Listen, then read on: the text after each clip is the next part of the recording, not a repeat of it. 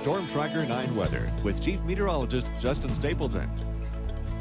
Oh, we got a cold front sitting just offshore. Not something that we see generally this time of year. If we do, they're pretty weak, similar to the one yesterday that just kind of petered out as it worked its way towards the coastline. This one a little stronger, likely will bring some showers for just about everybody across western Oregon as we head in towards the next 24-hour period. Let's go outside to the storm tracker, and I'll show you what we've got in store for the rest of our night tonight. Clouding up here across the inland valleys and kind of butting up against some of the Cascades.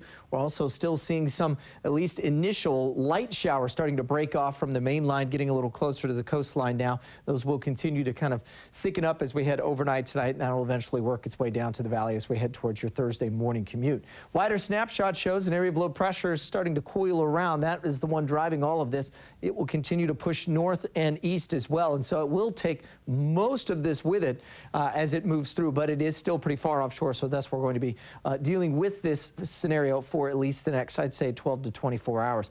Bulk of the rain right now still offshore, moving up towards Vancouver Island. Starting to see a little bit of that trying to develop just on the southwestern coastline as well. Likely be moving in overnight. So rainfall totals, we actually did see a little bit of rainfall. Had a couple of sprinkles leaving the station last night. A trace officially at the airport, and that makes 2 days in a row that we've seen measurable precipitation. Granted, both of those were a trace, but still, considering how dry we've been for most of the summer, it's interesting to note. 90 in the Dalles, 91 in Pendleton, warmer again over to Burns, Ontario, and Rome. Continuing to stay warm here across the valley, at least parts of it anyway. 86 in Eugene, 86 down in Roseburg, and 73 in North Bend. Next couple of days, here's what's happening. Once we get that system through tomorrow, all of this hotter, drier air that's been sitting over the eastern end of the state starts to head westward because of that big ridge of high pressure, and that is going to warm things back up. I'll show you in just a second, but first for the overnight tonight, it'll stay mild and muggy overall. The southwest winds above the surface are going to continue to keep lots of dew points. Keep the dew points up, I should say, and keep things fairly sticky across much of the region. 84, the current temperature in Roseburg right now, sitting comfortably in the 70s here across the valley and low 60s at the coast. So there's the low driving this. This actually will swing northward, so we're not expecting that to move closer to us.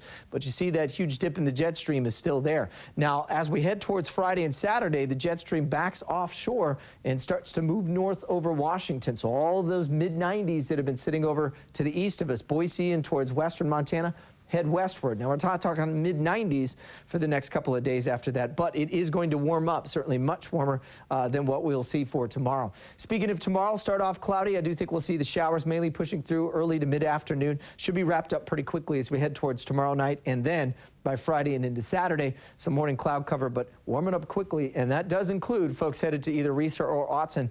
It is likely going to feel pretty summer-like if you headed out into the stadiums. So Labor Day, though, the question is, how quickly does that system move in? We've got a good chance to get some showers back on the board. So for tomorrow, the coast will see temperatures in the upper 60s, showers for Thursday, and then again for Labor Day on Monday.